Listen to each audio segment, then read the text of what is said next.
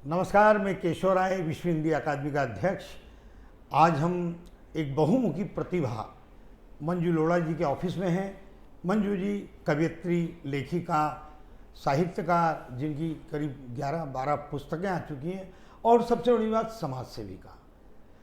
Manju ji Lodha foundation की chairperson हैं, जो कला, साहित्य, संस्कृति, शिक्षा और पर्यावरण को लेकर बहुत काम कर रही हैं। तो आज हम मंजू जी से बातचीत करेंगे। नमस्ते मंजू। नमस्ते केशव जी, बहुत बहुत आपका धन्यवाद और सुनने वाले सभी श्रोताओं को भी मेरा बहुत बहुत अभिवादन। मंजू जी, 14 सितंबर को जो हिंदी दिवस होता है, उसमें आपका वक्तव्य था और आपके वक्तव्य को देश ही नहीं दुनिया भर में सुना गया। जो हमारे कई प्रवासी थे, 115 देश के प्रवासी हिंदी से भी हमसे जुड़े हैं और उसमें भी जूम पर थे जी, वहाँ से भी थे। उन्होंने आपको सुना और बाद में आपके साहित्य पर आप काफ़ी विस्तार से बातचीत हुई।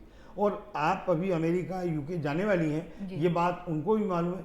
कल ही मुझे कैलिफोर्निया से फ़ोन आया था, प्रीति खरे जी भोपाल की हैं, वो कैलिफोर्निया में है और आपका जिक्र कर रही थी। जी। तो मैंने कहा हाँ, मैडम ने बताया है कि वो जाने वाली हैं। तो आप ये जो पहले तो ये कि मंजू लोढ़ा जो फाउंडेशन, उसकी चेयरपर्सन है, ये आपका फाउंडेशन क्या क्या कर रहा है?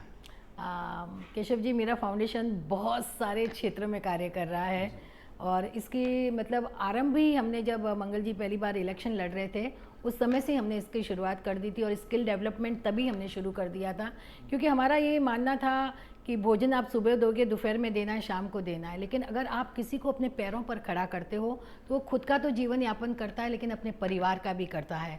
तो तभी से हमने ये जो क्लासेस शुरू कर दी थी, mehndi, beautician, personality development, English speaking, welding की, जैसे पुरुषों के लिए मोबाइल रिपेयर है, इलेक्ट्रीशियन का कार्य है, तो इस तरह की हमने काफ़ी कक्षाएँ शुरू की और धीरे धीरे हमारा इस क्षेत्र में हम आगे बढ़ते गए।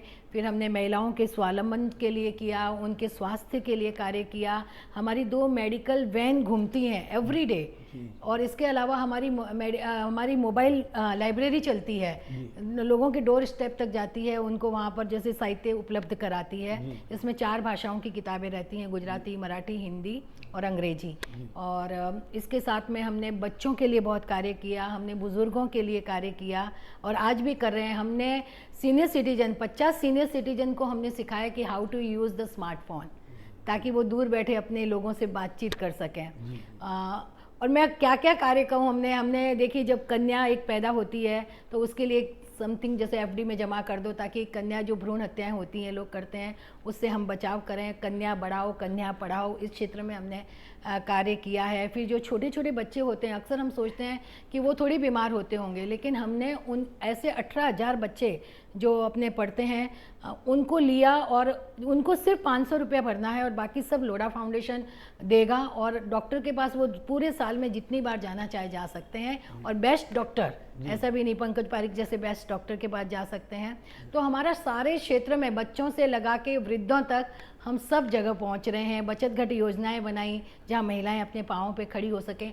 आज भी भिवंडी में हमारी क्लासेस चलती हैं, जहां से हम, हमारी बस जाती है आदिवासी एरिया में, वहां से हम महिलाओं और पुरुषों को लाते हैं और वहां उनको सिखाते हैं कक्षाएं और फिर उनको सर्टिफिकेट देते हैं ताकि वो अपने पैरों पर खड़े हो सकें।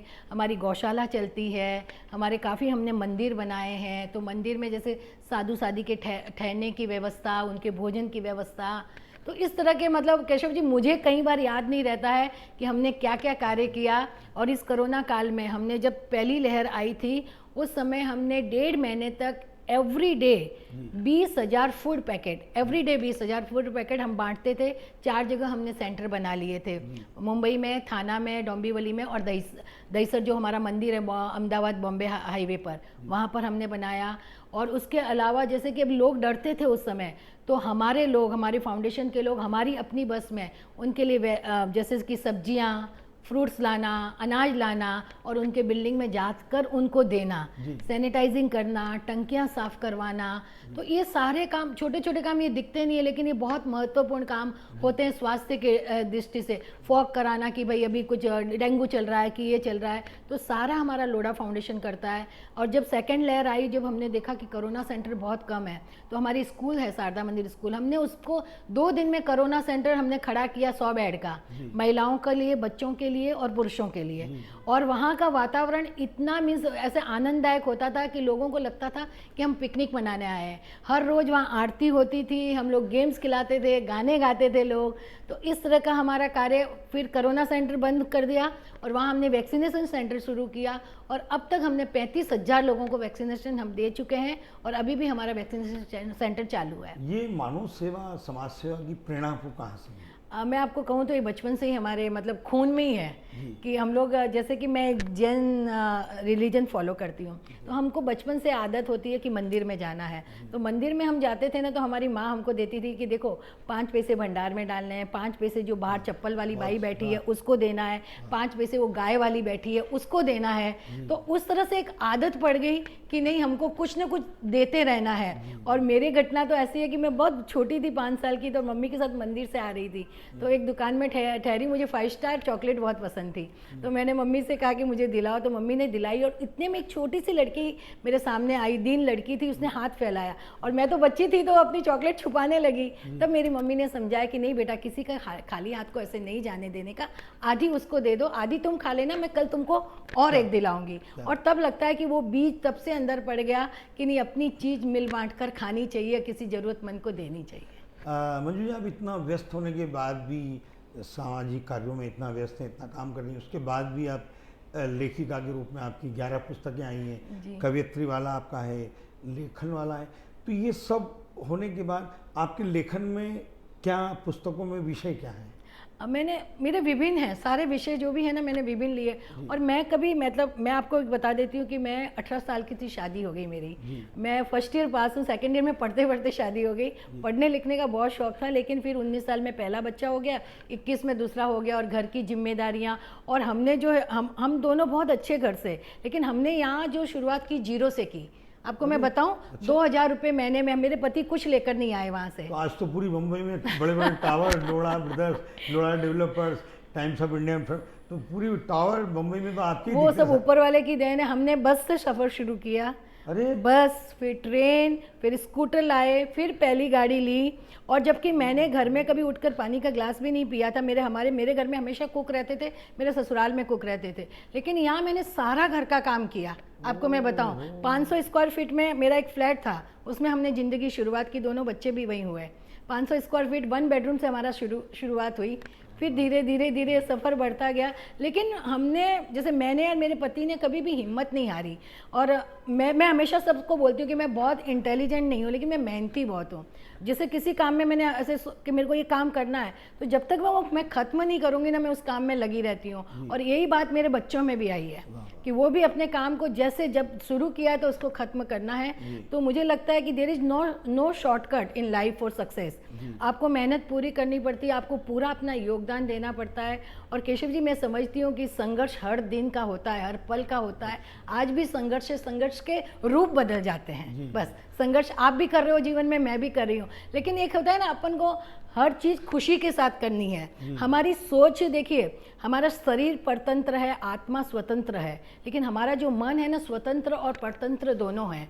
तो हमारे मन को हम कंट्रोल में कर हम उसको खुश में भी बदल सकते हैं या दुखी में बदल सकते हैं। तो जो चीज़ सामने आती है उसको सहज स्वीकार करके उसका समता के साथ आगे बढ़ते रहना चाहिए। आपकी जो पुस्तकों के बारे में कुछ पाठकों की कुछ अलग अलग प्रतिक्रिया, क्योंकि आपके तो पाठक श्रोता देश विदेश में खूब हैं, तो कौन सी पुस्तक अभी जो श्रोता देख रहे हैं या सुन रहे हैं, आपको सुनेंगे, तो कौन सी पुस्तक, जो कुछ शीर्षक 2 4 5 अगर? हाँ, मैं बिल्कुल बताती हूँ। मैंने सबसे पहले मेरी एक किताब थी मन की लहरें, वाह, जो जिसमें मैंने पोइट्री है ना, वैसे जैसे लिखती रहती थी ना, तो उनको ऐसे अलग अलग पन्ने पर बिखरी हुई थी। फिर मेरे पति ने एक दिन कहा कि चलो इसको एक किताब का रूप दे देते हैं, और हमने उसको एक किताब का रूप दे दिया। और यहाँ पर बिरला में एक प्रोग्राम था, वेद प्रकाश जी गोयल उस समय मिनिस्टर थे, वो आए हुए थे, तो उनके हाथों से विमोचन करा लिया और 1000 कॉपियाँ बनवाई, सब फ्रेंड्स में और रिश्तेदारों में बांट दी, और सबको इतना अच्छा लगा कि बहुत सुंदर कविताएं हैं। और उसके पश्चात जैसे मैंने प्रेरणा लिखी, जिसमें मॉरल शॉर्ट स्टोरीज थी।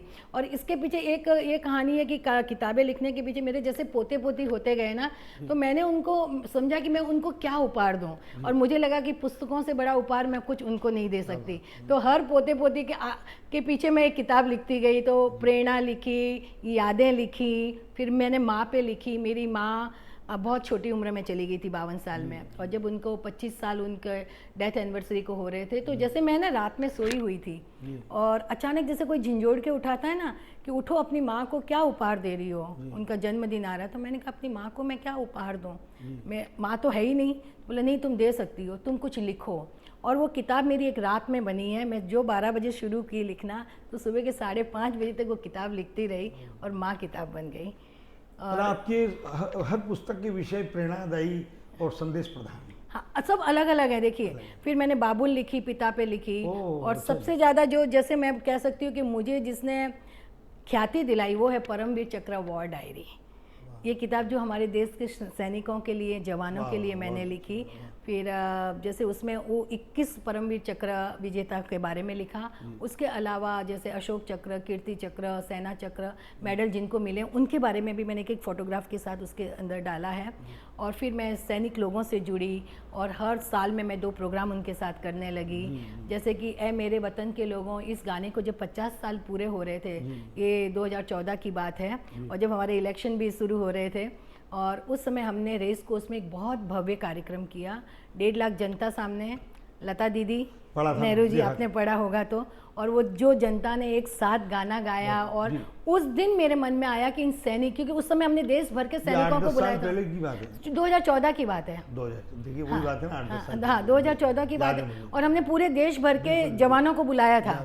हाँ, और वही स्टेज पे वही थे, बैठे थे, और मोदी जी बैठे थे, लता जी बैठे थे, और कवि प्रदीप की बेटी बैठी थी, और सुनील सेठी थे, और अपना सनी देओल थे। बस ये लोग, इतने लोग बैठे थे, और पूरी डिग्निटरी वगैरह सब सामने थे, और सारी 1.5 लाख जनता एक साथ इतना बड़ा प्रोग्राम करना एक फाउंडेशन के माध्यम से बहुत बड़ा काम होता है। कर सकते थे। और जब वो सैनिक, जब प्रोग्राम खत्म हुआ ना, तो उनमें से कई लोग ऐसे आए, बोले कितना सुंदर कार्यक्रम किया बेटा, हम तुमको आशीर्वाद देते हैं कि हमारे सम्मान तो बहुत हुए, लेकिन एक गैर सरकारी संस्था और इतनी जनता सामने और हमारा सम्मान होना बहुत बड़ी बात है। तब तक केशव जी मैं भी सैनिकों के बारे में बहुत नहीं जानती थी, लेकिन उस दिन उनसे मिलकर मेरे मन में आया कि मैं इनके लिए कुछ लिखूं। और फिर परमवीर चक्र की ये रचना हुई, और फिर घर कब आओगे ये कविताओं की किताब बनी। जैसे मैंने उनमें उनके परिवार वालों के भाव प्रकट किए। जब एक सैनिक सरहद पर जाता है तो उनके मन में क्या क्या भाव आते हैं, उसको लिखा। ये मानवता के लिए, शिक्षा के लिए इतना तो आप बहुत कुछ कर ही रही हैं। साथ ही साथ क्या है, ये भी कहा जाता है कि मुंबई में जो साहित्य जगत है, कई लेखकों की, साहित्यकारों की पुस्तकें नहीं निकल पाती हैं, तो वो मंजू जी की संस्था में आकर कुछ निवेदन करता है, प्रस्ताव रखता है, तो आपके यहाँ से उसको ऐसा सहयोग मिल जाता है कुछ कि उस किताब को प्रकाशित करने में उसको सहारा मिल जाता है लेखक को, ऐसा सुनने में आता है। नहीं, ऐसा तो कुछ नहीं किया मैंने, लेकिन मैं हाँ जरूर हर साल मैं 2 साहित्यकारों का सम्मान करती हूँ, ताकि मैं अपनी तरफ से कुछ उनका लिए कर सकूँ। एक उभरता हुआ हो और एक जैसे कि अपने पुराने जो होते हैं कि उनकी मैं सहायता कर सकूँ। तो छोटी सी कोशिश करती हूँ, ऐसा मैं कुछ नहीं है। और कुछ लेखकों की जैसे मतलब बताने की जरूरत नहीं है, ऐसे अंदर से अपने को जो ठीक है। सामाजिक संस्थाएं भी जो बहुत सक्रिय हैं, हाँ जी, कहीं ना कहीं उनको भी आप ठीक है, वो जुड़ जाती है कि चलिए ठीक है, आप अगर अच्छा काम कर रहे हैं हाँ, तो हम आपके साथ हैं। मुझे लगता है कि कुछ अपन फूल नहीं तो फूल की पंखुड़ी जैसे ही मदद करनी चाहिए, कि समाज ने हमें बहुत कुछ दिया है, तो हमारा अब समय आया कि हम उस ऋण को चुकाएं और किसी न किसी माध्यम से भी मानवता की सेवा हो सके, तो बहुत अच्छा लगता है। इस बार जैसे दिवाली में मेरे मन में आया कि मैं वनवासी बच्चों के लिए कुछ करूं, तो मैंने अपने फाउंडेशन से 2 महिलाओं को भेजा और सारा सामान लेकर। उन्होंने कहा कि उन्होंने दिवाली पहली बार मनाई उन बच्चों ने, बोलो वहाँ पे कुछ वो ऐसे मनाने का नहीं था। फिर मैं खुद यहाँ सड़कों पे घूमी, सब जगह जैसे मोची बैठा है, फ्रूट वाला बैठा, चलो जाके उनको मिठाई देकर आओ। तो वो एक जो आनंद प्राप्त होता है ना, कि किसी चेहरे पर हम मुस्कुराहट लाते हैं, उसकी बात ही अलग होती है। और मैं तो हर एक से कहना चाहती हूँ कि ज़िंदगी में आप सब जगह नहीं पहुँच सकते हो, लेकिन अगर आपकी वजह से एक चेहरे पर भी मुस्कुराहट आती है ना, तो आपका जीवन सफल है। कि कांटे आते हैं तो आने दो, तुम सिर्फ एक फूल खिला दो, अंधेरे को कोसो मत, तुम सिर्फ एक दीप जला दो। एक फूल की भी सुगंध सूची दूर दूर तक जाती है, एक दीप की कनक मलिका तम पर विजय मनाती है। जो एक एक फूल खिला दें हम सब मिलकर, तो चिर बसंत कहलाए, और जो एक एक दीप हम सब मिलकर जला लेना तो अंधकार का नामो निशान मिट जाए, अंधकार का नामो निशान मिट जाए। तो सच में तो ये है कि अंधकार है नहीं, ये हमारे मन की भूल है, क्योंकि जब आप प्रकाश करोगे तो प्रकाश के सामने तो अंधकार ठहर नहीं सकता। अंधकार को दूर करने के प्रयासों की कहीं कमी है, इसके लिए हमें कहीं ना कहीं अंधकार नज़र आता है। सूरज यहाँ ढलता है तो कहीं न कहीं और उग जाता है, लेकिन उस समय उसका काम एक छोटा सा दीपक करता है। तो बस यही हमको अपने जीवन में दीपक बन जाना चाहिए। आप हिंदी के प्रचार प्रसार में भी आपका बड़ा बड़ा योगदान है और निरंतर आप लगी रहती हैं हिंदी के लिए। जी। तो मैडम अभी यही बात थी कि एक लिटरेचर फेस्टिवल तो होते हैं जगह जगह पूरे देश भर में, हम भी उसको अटेंड करते हैं, उपस्थित रहते हैं। अभी मुंबई में 8, 9, 10 जनवरी को मुक्ति फाउंडेशन वहाँ पर कर रहे हैं लोखंडवाला में, और मतलब और जगह क्या, जैसे Jaipur literature festival, Indore literature festival, Delhi literature, हमने मुंबई के साथ हिंदी जोड़ा हुआ है। बिल्कुल कि मुंबई हिंदी लिट फेस्ट, हिंदी को अलग नहीं किया हमने। बिल्कुल। और आप हिंदी के लिए निरंतर कर रही, तो हम ये चाहते हैं कि उस कार्यक्रम में आप निश्चित रूप से 3 दिन रहें, लेकिन हमें जैसा कि आपने बताया अमेरिका जा रही हैं, हाँ और 9 तारीख को वहाँ से अमेरिका से चलेंगी, तो 10 तारीख विश्व हिंदी दिवस है, तो निश्चित रूप से हम पूरी उम्मीद करते हैं कि आप देखिए मैं कोशिश पहुंच जाऊंगी, तो मैं शामिल होने की पूरी कोशिश करूंगी। आप केशव जी मानेंगे नहीं, मैंने इसी बार मेरे सब फ्रेंड्स से और थोड़ी बात की, जैसे रितु प्रिया खरे जी, वो भी अभी शिकागो में, कनाडा में है, उनसे हमारी बातचीत हुई। तो हमने सोचा था कि लोढ़ा फाउंडेशन के माध्यम से हम एक हिंदी लिटरेचर फेस्टिवल जनवरी या फरवरी में करेंगे। हमारी इच्छा है, तो हमारी इच्छा है करने की। ये तो मैं उस समय नहीं हूँ, नहीं तो मैं आपसे पूरी तरह से जुड़ जाती और हम साथ में ही कर लेते थे, लेकिन मैं हूँ नहीं। लेकिन मैं जब करूँगी, आपका नाम रहेगा जब, लेकिन मैं करूंगी उस समय आपको जुड़ना है, आपकी संस्था को जुड़ना है, और हमें मार्गदर्शन करना है कि किस तरह से करो। और मेरी इच्छा है कि उसमें हम 5 साहित्यकारों का सम्मान करें। हम थोड़ा भी हम कर सके तो मुझे लगता है करना चाहिए। इसी तरह से मैं साल में 2 सैनिक शहीद परिवार का भी सम्मान करती हूँ कि उनको बुलाती हूँ, और वो भी जैसे शहीद हो गए उन परिवार को, और जो भी बहुत पुराने, आजकल तो फिर भी बहुत सारी सुविधाएं मिल जाती है, लेकिन पुराने जो थे और जो छोटे लेवल पे थे उनको इतनी सुविधाएं नहीं मिलती थी। मैंने उरी के जो थे ना 11, जब उरी के मैंने 11 को अपने घर बुलाया था, और फिर अपने जैन फाउंडेशन के माध्यम से वगैरह इकट्ठा करके उनके लिए काफ़ी कुछ मैंने मदद की थी। तो ऐसे मुझे लगता है कि छोटी छोटी आपसे जो हो सकता है तो आपको करते रहना चाहिए। अभी आप विदेश में यूके यूएस में रहेंगे, तो हिंदी राष्ट्रभाषा ठीक है, हो जाएगी, बोल ही रहे सब। संयुक्त राष्ट्र की आधिकारिक भाषा बनना चाहिए। आप विदेश में जा रही हैं, इस बात को भी उठाइएगा। जरूर जरूर। मैं वहाँ हाई कमिश्नर को मैंने लेटर भी लिखा है कि मैं आपसे मिलना चाहती हूँ, आना चाहती हूँ। और मेरी एक किताब है भारत भाग्य विधाता, उसको मैं लेकर जाना चाहती हूँ, अभी मेरी प्रेस में है। इसमें सारे अपने जो क्रांतिकारी वीर देशभक्त जिनकी वजह से हमें आज़ादी मिली, उनके बारे में एक छोटा पेज, कि हम लोग अक्सर जानते ही नहीं कि कौन है महाराणा। अभी बच्चों को पूछेंगे तो मालूम नहीं पड़ेगा कि कौन कौन है। तो मैंने उनके बारे में एक छोटे पेज में एक लिखा है, और वो पुस्तक अभी प्रेस में है, तो उसका मैं उद्घाटन कराना चाहती हूँ। और यहाँ भी कोशिश करूँगी कि यहाँ पे भी हो सके अच्छे से उसका उद्घाटन। हाँ बिल्कुल। हमारी शुभकामनाएं, वो पुस्तक भी लोगों को पसंद आएगी निश्चित, क्योंकि आप लिखते हैं। अभी हमारी जो वरिष्ठ साहित्यकार हैं दिल्ली में, मनु भंडारी जी, कल उनका निधन हुआ है, और कल हम उनको लोखंडवाला में श्रद्धांजलि दे रहे हैं। एक सभा रखी है हमने, तो उसमें कल रखी है, तो उनको याद कर रहे हैं। हाँ बहुत, उनकी तो सब रचनाएं इतनी सुंदर हैं। और मैं तो जब आप बंटी के बारे में सोचती हूँ ना, मुझे एकदम अंदर से थ्रिलिंग होती है कि तलाक का मतलब कहाँ जाके वो होता है उसका रुकना, कि एक बच्चे की जिंदगी समाप्त हो गई, माँ बाप दोनों अलग हो गए, लेकिन किसी ने ये नहीं सोचा कि उस बच्चे का क्या होगा। पढ़ रहे हैं, जैसे आपने पढ़ा, अभी रजनीगंधा के बारे में भी आती है उनकी, रजनीगंधा कितनी सुंदर फिल्म मिली थी। और ये जो आपने कहा वाकई लोग पढ़ रहे हैं उनको बहुत, इसीलिए हमने कहा कि नहीं कल उन पे मैंने उस समय उनकी आपका बंटी देखकर मैंने उस समय एक आर्टिकल लिखा था जो जनसत्ता में आया था, तलाक क्या समस्या का समाधान है। मैंने उस समय लिखा था उनका, जब आपकी बंटी पिक्चर आई थी। मुझे इतना वो मीन्स उस पिक्चर ने छुआ अंदर से कि देखिए क्या हालत हो जाती है, और बच्चे का क्या कसूर, आपका नहीं बन रहा है, लेकिन उसमें बच्चे का क्या कसूर। चलिए, तो आज ही आपने उनको श्रद्धांजलि दी। हाँ मैं तो, हाँ मनु भंडारी जी को बहुत मैं उनका आदर करती हूँ, और उनकी बहुत सारी किताबें पढ़ी हैं मैंने, और उनके खुद के जीवन के बारे में भी मैंने बहुत पढ़ा है। तो और बहुत अच्छा लिखती थी, और दिल से लिखती थी, सबसे बड़ी बात तो है। कि दिल से लिखती थी, जिए हुए अपने अनुभवों को वो हमें बताती थी। वैसे ही मैं मृदुला सिन्हा जी जो हमारी गवर्नर रही हैं, मैं उनसे मिली, उनका भी स्वर्गवास हो चुका है। वो भी इतनी अच्छी थी, वो भी घर आई थी और हमने एक साहित्यिक गोष्ठी उनके साथ की थी। अभी ये चित्रा मुदगल जी, ममता कालिया जी, जब भी आप कहेंगी दिल्ली से अपन इनको कार्यक्रम जो आपने कहा ना, तो उसमें अपन इनको दिल्ली से उनको आमंत्रित बुलाएंगे। एक चित्रा जी, उनकी भी किताब बहुत अच्छी, वो भी रही हैं कि नहीं, जिन्होंने वैजयंती लिखी है, चित्रा भारद्वाज, क्या नाम था उनका, मैं उनका सरनेम भूल गई हूँ। इतनी सुंदर वो किताब है, 2 भागों में है, पूरे कृष्ण के जीवन के ऊपर है। मैंने वही किताब पढ़ी ना केशव जी, आपको मैं बताऊं, मैं 2 महीने तक लगातार रात में सपनों में वृंदावन और ब्रज घूमती थी, मैं आपको बताऊं। इतनी सुंदर उन्होंने उसकी विवेचना की और इतना सुंदर लिखा है। मैं हर एक को बोलती, कोई पूछता ना अपनी मनपसंद पुस्तक बताओ, मैं कहती वैजयंती जरूर पढ़ना। हाँ, चलिए नमस्कार। नमस्ते, नमस्ते, आपका बहुत बहुत धन्यवाद, आप आए यहाँ पर, और ये मेरा सौभाग्य है कि आपके इस चैनल पर हमारा इंटरव्यू हो रहा है। जी, ये भी आपके सब 115 देशों में देखा जाएगा। बिल्कुल। बहुत बहुत धन्यवाद। सुनने वाले सभी श्रोताओं को भी मेरा बहुत बहुत नमन।